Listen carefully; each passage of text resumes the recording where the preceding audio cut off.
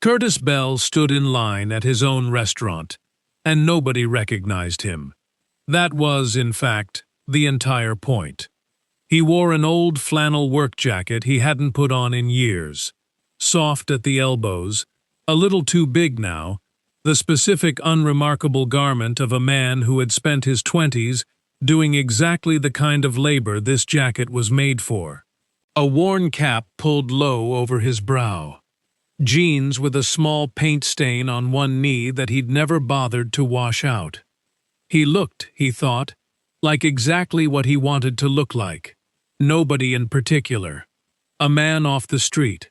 Someone whose face didn't automatically summon smiles and greetings the way it did every other day he walked through this door as its owner. 3 customers stood ahead of him in line. The lunch rush hadn't fully hit yet.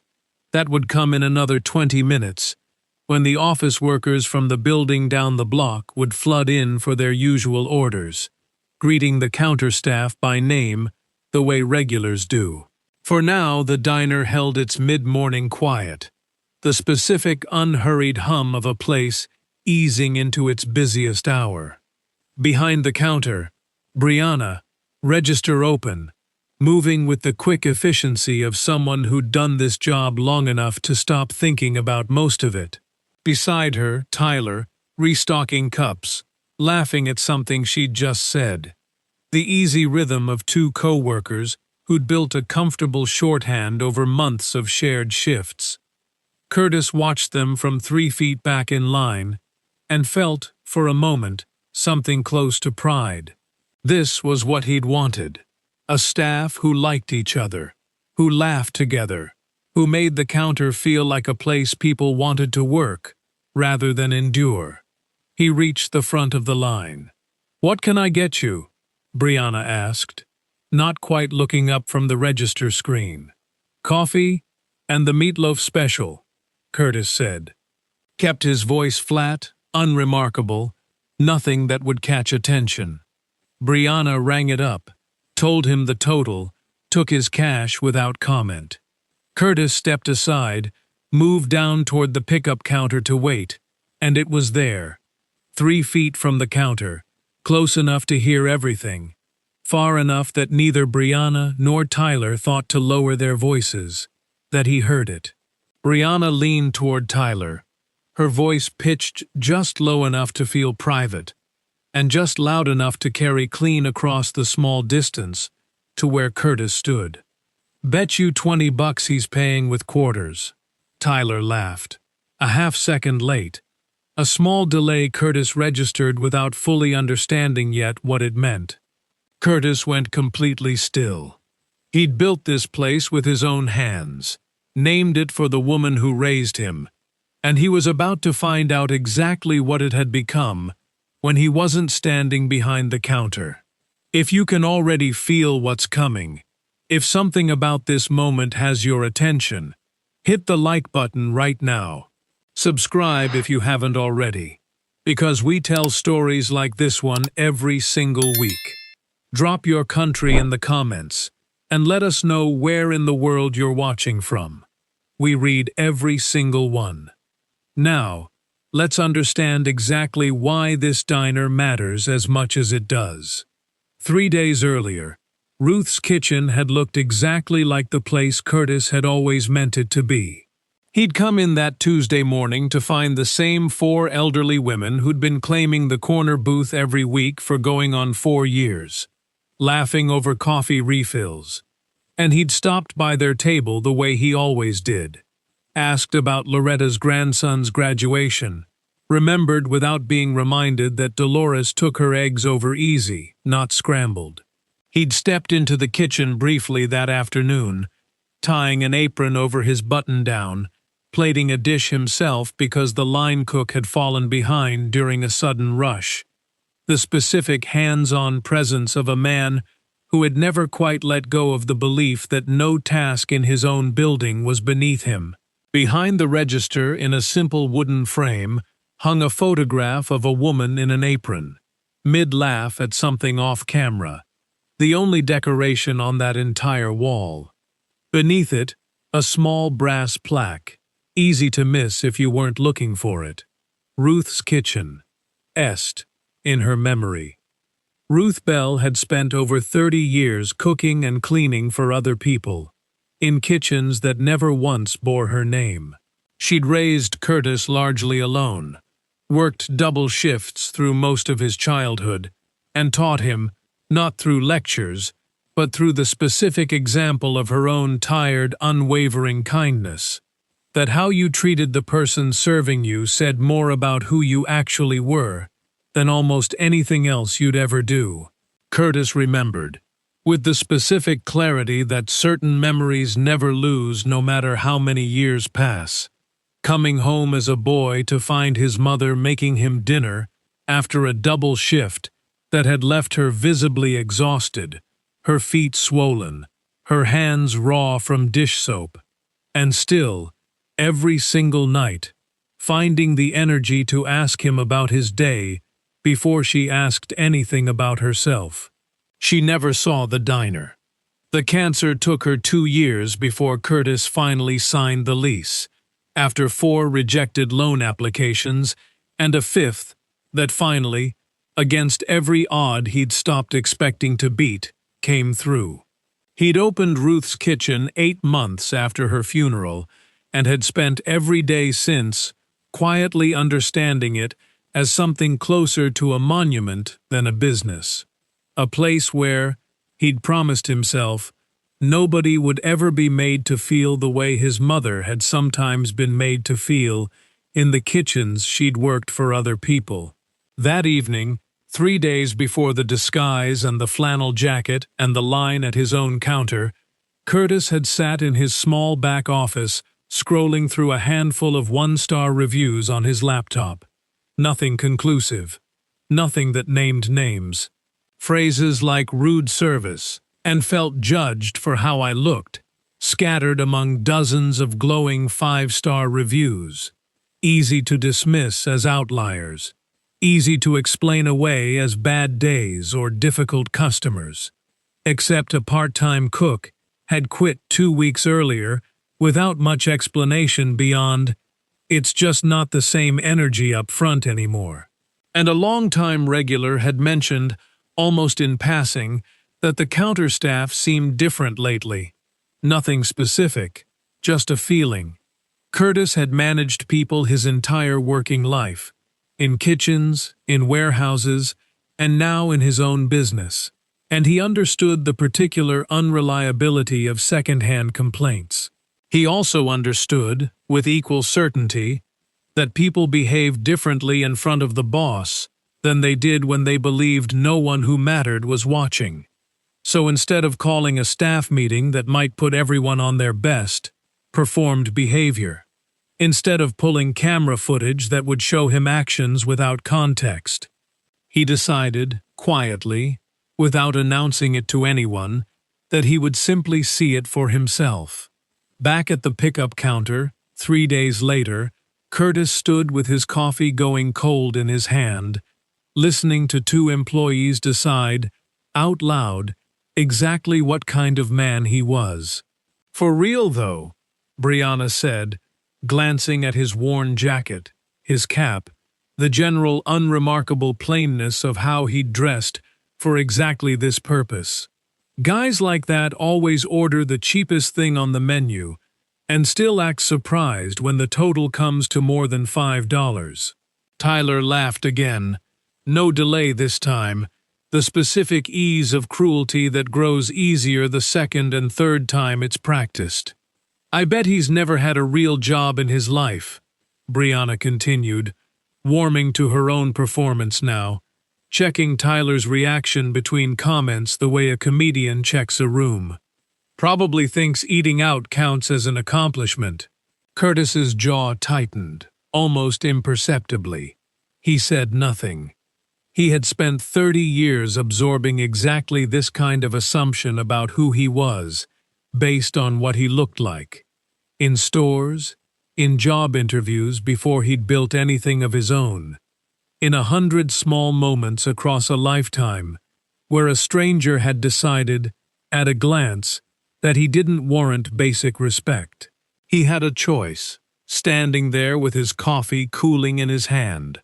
Reveal himself now, cut it off, protect his own dignity immediately. Or stay. See how far this actually went. Find out, once and for all, if this was a single bad day, or something that had become a pattern he'd need to correct. He stayed. The line had thinned by now, the pre-rush lull stretching a little longer, and Brianna, emboldened by Tyler's continued laughter, leaned against the counter and glanced toward Curtis again, still standing near the pickup station, still waiting on an order that had, in truth, already been ready for several minutes. "You know what's actually kind of sad," she said, her voice dropping into something almost thoughtful, almost like she believed she was making an insightful observation, rather than delivering a cruelty. "This whole place is named after some old lady who probably worked her whole life scrubbing floors somewhere. And now it's basically a magnet for guys exactly like her. Broke, tired, dressed like they just got off some warehouse shift." The words landed in the room like something physical. Curtis did not move, did not react visibly in any way a stranger watching would have noticed. But something in his stillness deepened, sharpened, shifted, the specific quality of a man absorbing a wound that had just gone from general to precisely, devastatingly, unknowingly personal. She hadn't just mocked a stranger's appearance. She had, without any idea what she was doing, mocked his mother, described Ruth Bell's entire working life, the double shifts, the raw hands, the 30 years of cooking and cleaning for people who never learned her name, and reduced all of it to some old lady who probably worked her whole life scrubbing floors somewhere. A punchline, delivered 3 feet from Ruth's own photograph, hanging silent and smiling on the wall behind the register. Tyler's laugh faltered this time. A half-beat of genuine discomfort crossed his face before he caught himself and forced a small, uneasy chuckle to match Brianna's energy. A chuckle that didn't reach his eyes, that carried none of the ease of his earlier laughter. He glanced, almost involuntarily, toward the framed photograph behind the register, though nothing in his expression suggested he'd made any connection between the woman in that picture and what had just been said about her. "Order 42, Brianna called out, not quite looking at Curtis, not quite avoiding him either. "Enjoy your feast." The words weren't aimed directly at his face. They also weren't fully behind his back. The specific coward's half-volume of someone who wanted the cruelty heard without fully owning that they'd said it out loud. Curtis stepped forward and collected his tray. "Right here, before Curtis makes his decision, subscribe if you haven't already. Because what happens in the next few minutes is the entire reason this story exists. Hit the bell. Drop your country in the comments. We're reading every single one. Now, watch what he does with what he just heard." Curtis carried his tray to a small table near the back of the diner. The same table, though neither Brianna nor Tyler could have known this, where he used to sit with his mother on Sunday afternoons decades earlier. Back when this space had been nothing more than a neighborhood diner he couldn't afford to eat at often, and a dream he hadn't yet found the courage or the capital to build. He set the tray down. Didn't eat. The meatloaf special, his mother's recipe, still the best-selling item on the menu 6 years after he'd first written it down from memory. Adjusting the seasoning 3 separate times before it tasted exactly the way he remembered. Sat in front of him, steam curling up and fading, cooling slowly while he sat with what he'd just heard. He looked, without turning his head fully, toward the counter, where Brianna and Tyler had already moved on, laughing about something else entirely now, completely unaware of the specific damage they'd just done, completely unaware of who had absorbed it. This was the lowest point of Curtis's morning. Not because anything worse was about to happen to him physically or professionally, but because the moment crystallized something painful and precise. His mother had just been mocked, by description if not by name, inside the very room he'd built specifically to honor her, by two people who worked for him, who had no idea what they'd done, and who would likely be horrified to learn it. Or some small, tired part of Curtis feared might not be horrified enough. He sat with that for a long moment. Then he stood, left the tray, and walked toward the counter. Brianna glanced up as he approached, her expression carrying the same dismissive half-attention she'd given him the entire encounter. "Something wrong with your order?" "No," Curtis said, quiet, even. The specific measured calm of a man who had learned, during 2 years of watching his mother fight a disease that eventually beat her, that reacting immediately rarely served anyone well. "I wanted to ask you both something." He reached up and removed his cap. "Do you know whose kitchen this is?" The question landed strangely in the space between them. Brianna's expression shifted from mild irritation into confusion. "I'm sorry?" Curtis nodded, once, toward the framed photograph behind the register. The woman mid-laugh, apron on. The only decoration on that entire wall. "That's my mother, Ruth. This place is named for her." He paused, let the next part land at exactly the pace it deserved. "I own it." The color drained from Brianna's face in real time. A visible, physical thing. The specific horror of a person realizing, all at once, precisely who had been standing 3 feet away for the better part of 10 minutes. Tyler went completely still beside her, his mouth slightly open, no sound coming out. "I've been standing right here," Curtis said, "listening to the two of you decide what kind of man I am, based on a jacket." Brianna's first instinct was defense, the specific reflex of someone caught, reaching immediately for justification rather than accountability. "I didn't. We were just. You called my mother an old lady who probably scrubbed floors," Curtis said. His voice didn't rise. If anything, it got quieter, which was somehow worse than shouting would have been. "You said people who come in here dressed like I am don't deserve to be here. You said all of that about a stranger, in a restaurant I built with my own hands, standing under her picture, and it didn't occur to you for 1 second that it might cost you anything to say it out loud." Brianna had no answer. The confident, quick-witted persona she'd built for herself over 8 months on the counter had nothing prepared for this.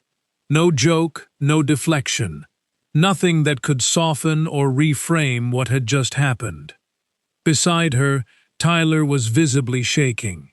"Mr. Bell, He stopped, started again, his voice unsteady but direct. "I knew it was wrong while it was happening. I laughed anyway. That's on me. I'm not going to pretend it isn't. It wasn't redemption." Curtis's expression didn't soften immediately, and he wasn't looking for absolution to be handed out easily. But it was, distinctly, a different response than Brianna's, and Curtis registered the difference, quietly, without saying so out loud yet.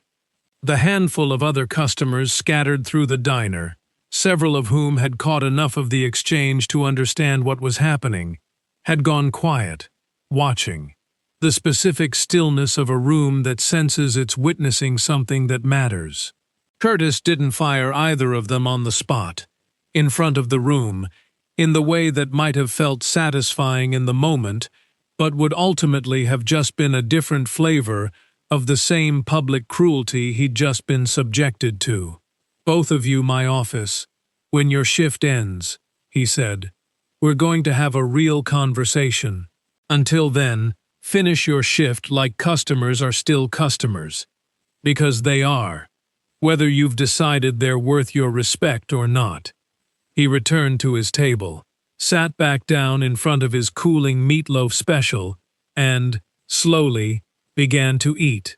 Alone, in the quiet aftermath of a room that had fully reorganized itself around what it had just witnessed. Later that afternoon, in his small back office, the conversation with Brianna and Tyler unfolded in ways that weren't performed for anyone, weren't captured on camera, weren't meant to be a spectacle. Simply the honest, difficult exchange of an employer trying to fix something that had gone quietly wrong under his own roof.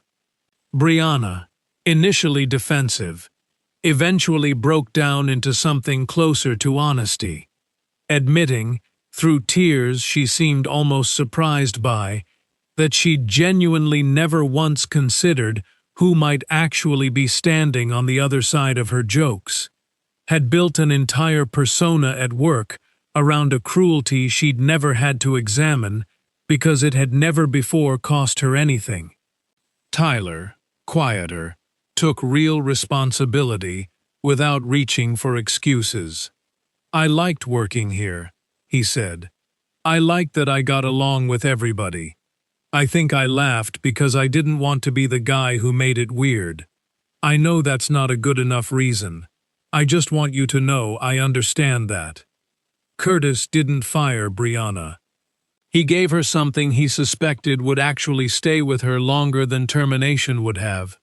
A real conversation about his mother, about the 30 years she'd spent cooking and cleaning for people who never learned her name, about exactly what it had cost him to build a kitchen that could finally carry it.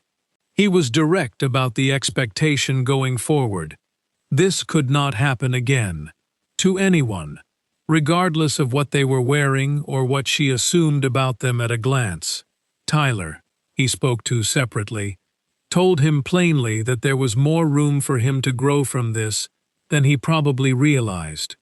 If he was willing, next time, to be the person who spoke up instead of the person who laughed a half-second late. The next morning, Curtis stood behind the counter of Ruth's kitchen in his own clothes. No disguise, no cap pulled low, simply himself, the version of him the whole neighborhood had known for 6 years. Brianna arrived early for her shift, quieter than usual, and before she clocked in, she paused in front of the framed photograph behind the register. Really looking at it, Curtis noticed, for what seemed like the first time since she'd started working there. She stood there a long moment, reading the small brass plaque beneath it, as though seeing the words for the first time. Ruth's Kitchen, Est, in her memory. Curtis noticed, said nothing. Let her have the moment without turning it into a lesson she'd have to perform gratitude for. The doors opened. The morning line began to form outside. The same regulars, the same neighborhood, the same unremarkable Tuesday that Ruth's Kitchen had been built to serve every single day, since Curtis had first signed a lease he'd been rejected for 4 times before. He tied his apron, checked the specials board, and went back to doing the thing he'd built this place to do in the first place, making sure that everyone who walked through that door, regardless of what they were wearing when they ordered the meatloaf special, got to be treated like they mattered. If Curtis's story stayed with you, if you understand what it means to build something in someone's memory and then have to fight to protect what that name actually stands for, share this video right now with someone who needs to hear it. Subscribe if you haven't already, because we bring you stories like this one every single week. Hit that like button if this one got you, and drop a comment below. Where in the world are you watching from? We read every single one, and we want to know who's out there carrying stories like Curtis carried his. Until next time, the way we treat people who don't know we're watching says everything about who we actually are.